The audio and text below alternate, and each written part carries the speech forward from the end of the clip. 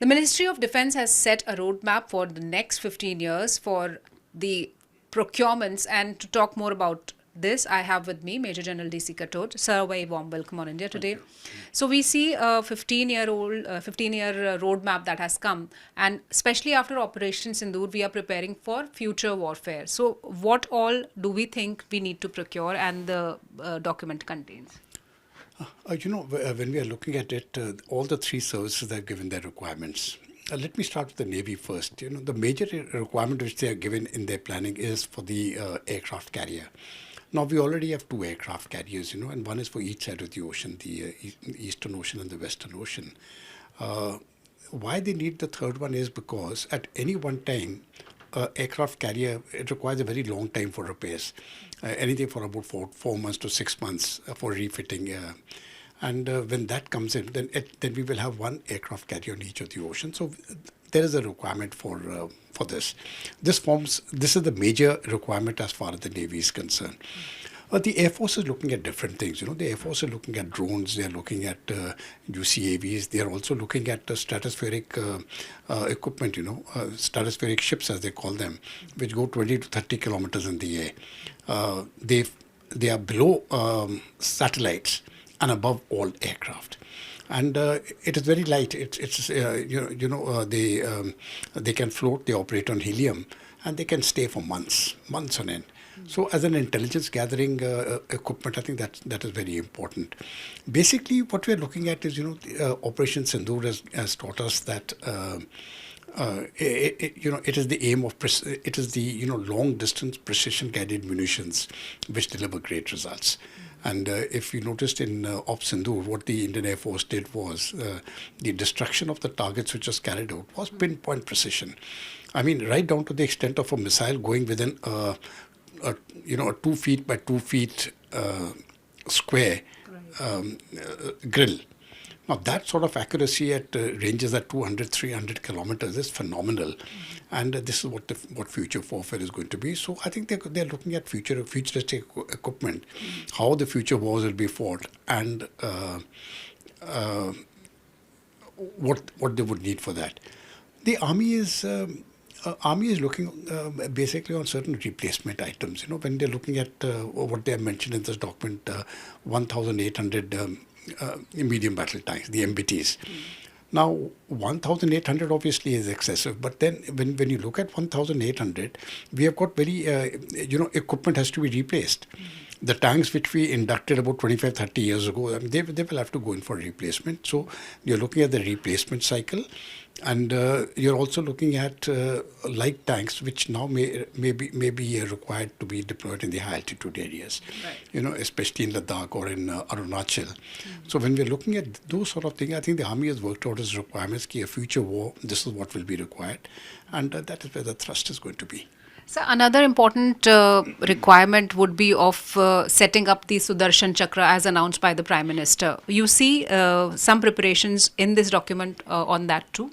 Yes, you see, when we talk about the Sudarshan Chakra, it is basically an air defense system. And if you have noticed, what happened in Op Sindoor was it is a layered defense.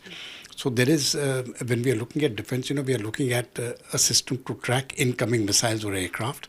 That is basically the surveillance devices, then the tracking devices, and then you require the kinetic resources to destroy those devices. Either they could be laser guided or they could be proper kinetic munitions like missiles, etc.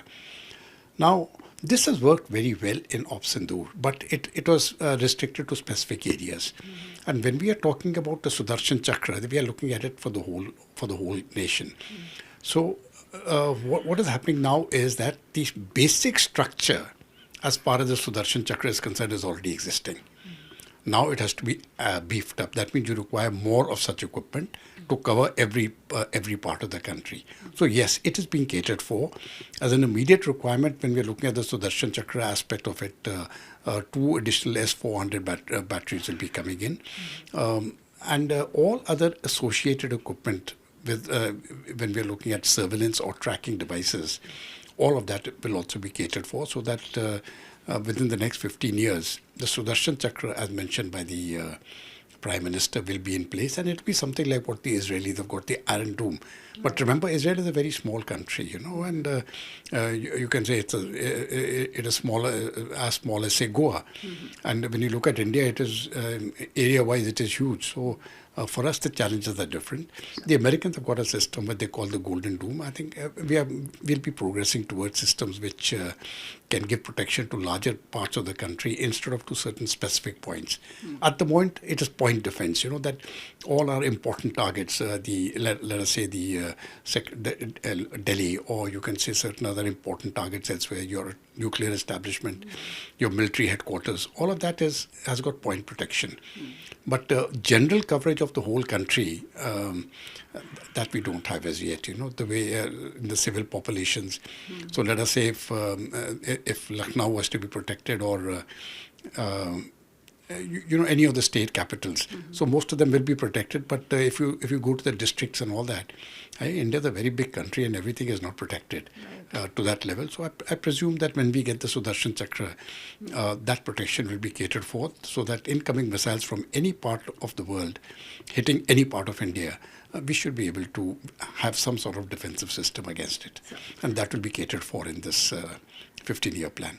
So one important question I would like to ask you, as a big step has been taken in the GST reforms and a lot of cuts, and in the defense sector also what we are learning is that a number of items have been brought into nil category, and even the drones now, they are under 5% GST. In any way, you see something good happening out there? No, I think this is a very important step. Basically, when we are looking at the money, firstly, just as the money per se, it is the same money, that it doesn't really matter whether you put GST or not. The government is getting the money. It is not any individual getting the money. But what happens now is, which budgeting head is it going from? So now you see the defense has got a certain budgeting head, and anything which we procure in terms of, let us say it is drones, the manufacturer will give you a drone plus and he will charge you for the cost of the drone plus the GST. Now, when the GST goes, your capacity and capability within the defense budget to procure items, that will increase, and I think it's going to be a very beneficial step, and it is much required also. Also, I think when we're looking at the manufacturers, and you reduce about 10% of the GST tax, then it looks, it sounds much better that I'm giving an equipment at this rate instead of at a much higher rate. Right. And it becomes much more competitive. So, but in a sense, it is good for the defense budget. As far as the nation is concerned, I don't think there will either be a gain or a loss when we're looking at the larger national picture. Thank you so much for speaking to us and putting things into perspective. So, the document released by the MOD that lays down the plan for 15 years surely shows that how India is preparing, learning from the wars in the recent times, be it the Russia-Ukraine war or the Operation Sindoor. This is Shivani Sharma with camera person Ankit for India Today from New Delhi.